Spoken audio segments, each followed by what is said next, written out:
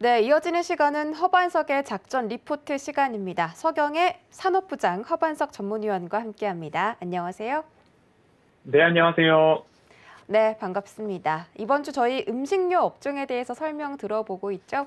이렇게 힘든 시장 그리고 인플레를 해지할 수 있는 수단으로서 식품 업종들이 강세를 보일 것이다 이렇게 전략을 세워주시고 있는데요. 오늘 어떤 기업일지 화면으로 확인해 볼게요.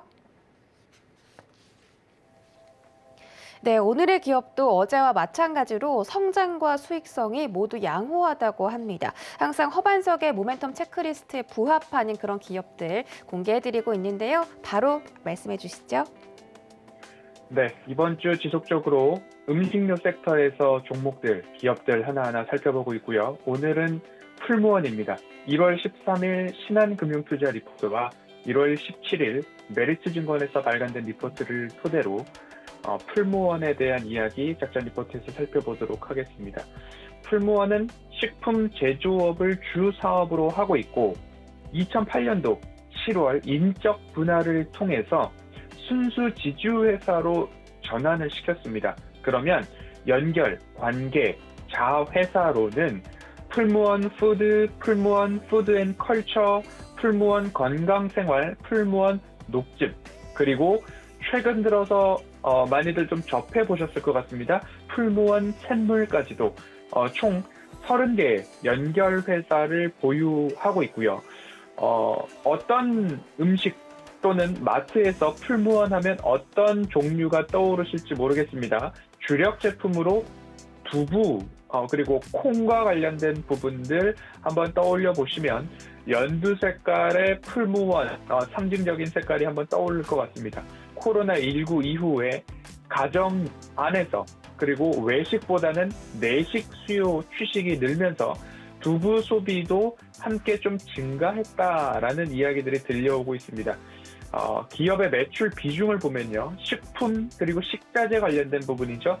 두부, 나물, 그리고 건면이라고 하는 면류, 그리고 식자재 유통 쪽에서 매출은 65% 이상 발생을 하고 있고요. 해외 사업부에서 콩을 가공한 두가공류, 파스타, 그리고 소스류 쪽에서 해외에서만 13% 이상의 매출이 또 발생하고 있습니다. 그리고 지주회사 풀무원이죠. 브랜드 로열티나 배당금, 임대 수익을 통해서 4% 내외의 매출이 발생하고 있다라는 부분들 살펴볼 수 있을 것 같고요. 앞서서 두부에 대한 이야기를 드렸습니다. 코로나19가 발발하면서 본래에도 신선식품 쪽 강자였으나 이제는 두부 하면 풀무원, 핫도그 하면 우양, 그리고 HMR 관련하면은 CJ 제일제당, 그리고 파이류, 초코파이 하면 오리온, 이렇게 하나하나 딱딱 떠오를 식료품, 식품 기업들을 좀 말씀을 드리고 있는데요. 두부 하면 풀무원인데 코로나19 무언가 확산되는 질병의 건강에 대한 염려가 그리고 건강에 대한 관심이 높아지면서 요즘에는 플라스틱, 일회용품을 사용하지 않는 기업들을 좀 쫓아가는 MZ세대들의 소비 성향, 가치 소비 트렌드 확산 추세가 건강식품, 건강기능식품 쪽으로도 활발하다라는 부분들, 그 중에서도 무언가 식물성 단백질과 관련된 수요가 증가하고 있다라는 쪽입니다. 육류 섭취나 육류에 대한 소비를 조금 줄여보자라는 취지는 육류, 결국 동물들을 사육함에 있어서 그곳에서도 여러 가지 이산화탄소나 메탄가스의 발생에 대한 부분들, 환경을 생각하면 육류보다는 식품, 식물성 단백질을 섭취하자라는 이야기들이 나왔던 것처럼 건강뿐만 아니라 환경에도 도움을 주고 있는 이 식물성 단백질에 대한 관심들이 높아지고 있다. 그래서 해외에서도 두부면, 두부바, 두부 텐더, 두부 크럼블 덮밥 소스, 그리고 고단백 큐브, 이런 것들이 두부를 중심으로 성행, 인기를 끌고 있다라고 합니다. 미국 법인 같은 경우에는 91년도 풀무원 USA가 진출을 했는데 진출 후 29년 만인 20년도 첫 흑자를 달성했다라고 합니다. 두부 생산량을 기존 대비 3배까지 늘려나가는 일들이 일어나고 있는 상황이다라고 하고 있고요. 지속적으로 먹는 이야기야 코로나19 이야기 하고 있는데요. 가정 간편식 HMR 시장에 2019년도 풀무원이 본격적으로 진출을 하겠다라는 이야기를 했습니다. 그리고 들려오는 이야기는 온라인 냉동 피자 부문에서 점유율 1위를 2021년도 1분기 기준으로 등급 올라섰다. 냉동 피자. 여전히 예전부터 있었던 냉동 피자인데 뭔가 치즈나 이것저것 차별화된 냉동 피자를 출시를 했고 시장은 점유율 1위, 냉동 피자 점유율 1위라는 성적표를 풀무원에게 주었습니다. 이렇게 각 부문의 1위 기업을 보아야 할 때다라고 말씀을 드리고 있고요. 플러스 알파로서 건강과 그리고 뭔가 차별화된 HMR 이런 소비 트렌드를 맞추어 가고 있는 풀무원을 오늘 조금 더 자세히 작전 리포트에서 살펴보도록 하겠습니다. 네, 1등 기업을 저렴하게 살 수 있는 또 다른 기회가 왔다라고 말씀해 주셨고요. 두부 소비가 늘어난다라는 점에서 풀무원을 한번 바라보자 이런 점들 굉장히 재밌기도 하고 또 긍정적으로 바라볼 수 있겠습니다. 소비 트렌드까지 변화하고 있다고 하는데 허반석의 모멘텀 체크리스트에 어떤 점들이 부합하는지도 자세하게 설명해 주시죠. 네, 먼저 실적을 살펴보도록 하겠습니다. 4분기 실적입니다. 6,265억 원의 매출액이 전망이 되고 있고요. 이는 전년 동기 대비 8%의 성장을 보이는 수준이고요. 영업이익은 오히려 전년 동기 대비 13% 정도 감소하는 것으로 좀 나오고 있습니다. 영업이익을 80억 원으로 흑자는 유지를 하고 있지만 전년 동기 대비 줄어든 가장 큰 부분은 원가 부담과 해상 운송비가 너무 많이 올라 있었기 때문에 이에서 발생한 비용 부담이 부진한 실적의 원인이다라고 나오고 있습니다. BDI 지수나 해상 운송에 대한 부분들 피크 아웃 이후 굉장히 운송료에 있어서는 하락을 보이고 있다라는 점들을 감안해 볼 때 매출은 늘고 있는데 영업이익이 안 나왔고 영업이익이 나오지 않은 이유는 코로나19로 인해서 운송 비용이 너무 증가가 컸다라는 부분이기 때문에 코로나19가 일부 완화된다면 이 부분에 있어서도 좀 다시 돌아오는 부분으로 체크를 해볼 필요도 있을 것 같습니다. 사업 부문별로 하나하나 좀 더 자세히 살펴보면요.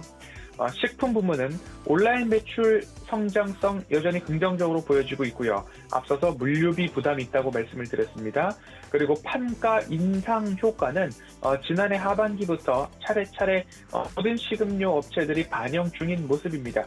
그리고 주목할 점들은 건강에 대한 소비 트렌드가 강화되고 있어서 프리미엄 건면 그리고 앞서서 냉동 피자와 같은 HMR 등 2030 소비자를 위한 카테고리 확장에 여러 노력을 기울이고 있는 것 같고요. 해외에 있어서의 성장성은 여전히 너무 좋다라고 좀 요약을 해볼 수 있을 것 같고요. 그리고 F&C, 급식과 외식 부문에 있어서는 코로나19 때문에 외식과 그리고 뭔가 단체로 식사를 하는 회사나 기업들에서의 급식 부분, 식사 인원 감소 영향 여전히 있습니다. 대기업 계열사의 급식 신규 수주가 이루어졌기 때문에 그나마 방어가 되고 있는 모습이지만 이용에 대한 제한이 있는 시설에 있어서는 인력을 최소한으로 운영함으로써 운영 효율을 꾀하고 있다라고 합니다.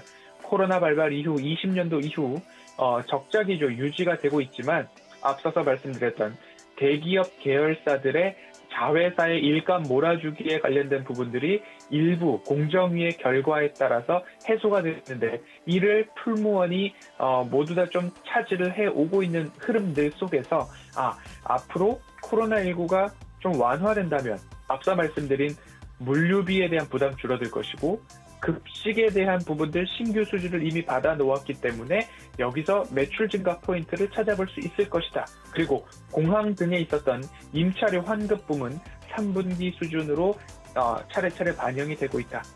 그리고 식자재 부문입니다. 식자재 12월 거리두기가 다시 강화되었습니다. 그렇게 강화되었는데도 불구하고 여전히 견조한 모습을 이어가고 있는 풀무원이고요. 코로나19라는 이야기를 지속적으로 말씀을 드리고 있는데 음식료 섹터가 또 그렇고 급식을 하는 부분들은 더 그런 것 같습니다. 출근을 했다가 재택을 했다가 등원을 했다가 휴원을 했다가 아이를 보냈다가 급히 데리러 가야 되는 상황도 발생하고 있는 모습이 단체 급식 현장이고 우리나라의 현재 실정인 것 같습니다.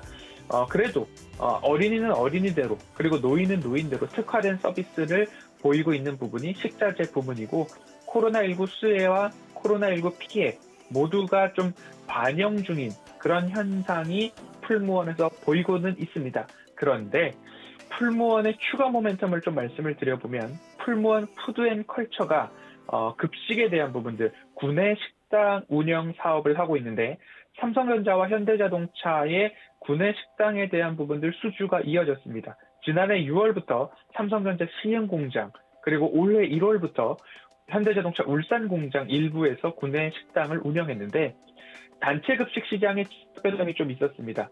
삼성하면 삼성 웰스토리에서 그리고 현대는 현대 그린푸드에서 각 기업들의 급식을 하고 있었습니다.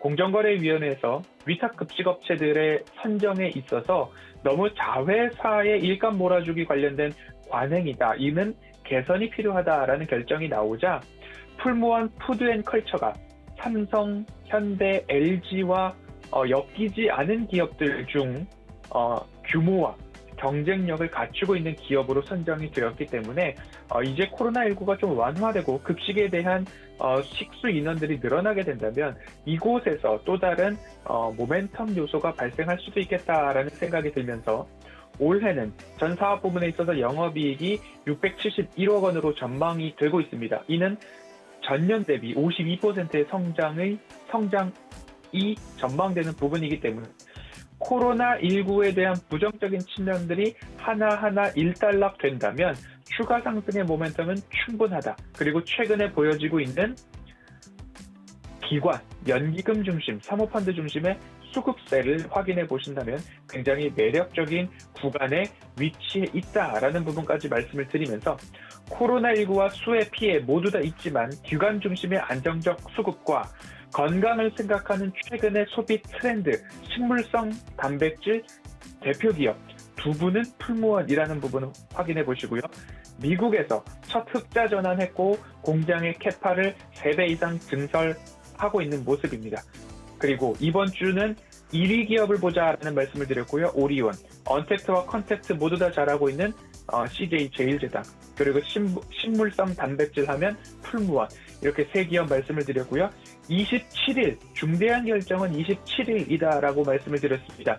FOMC 회의 그리고 테슬라의 실적 발표 모두 다 확인을 한 상황이기 때문에 따박따박 그리고 미리미리 준비를 해 놓으셨고 계획해 놓으신 부분들이 있다면 시장의 반응에 따라서 그 계획된 대로 흔들리지 않고 실행을 하는 그러한 시간이 도래했다라는 말씀드리면서 오늘 풀무원 이번 주 음식료 섹터 작전 리포트 여기까지 말씀드리도록 하겠습니다.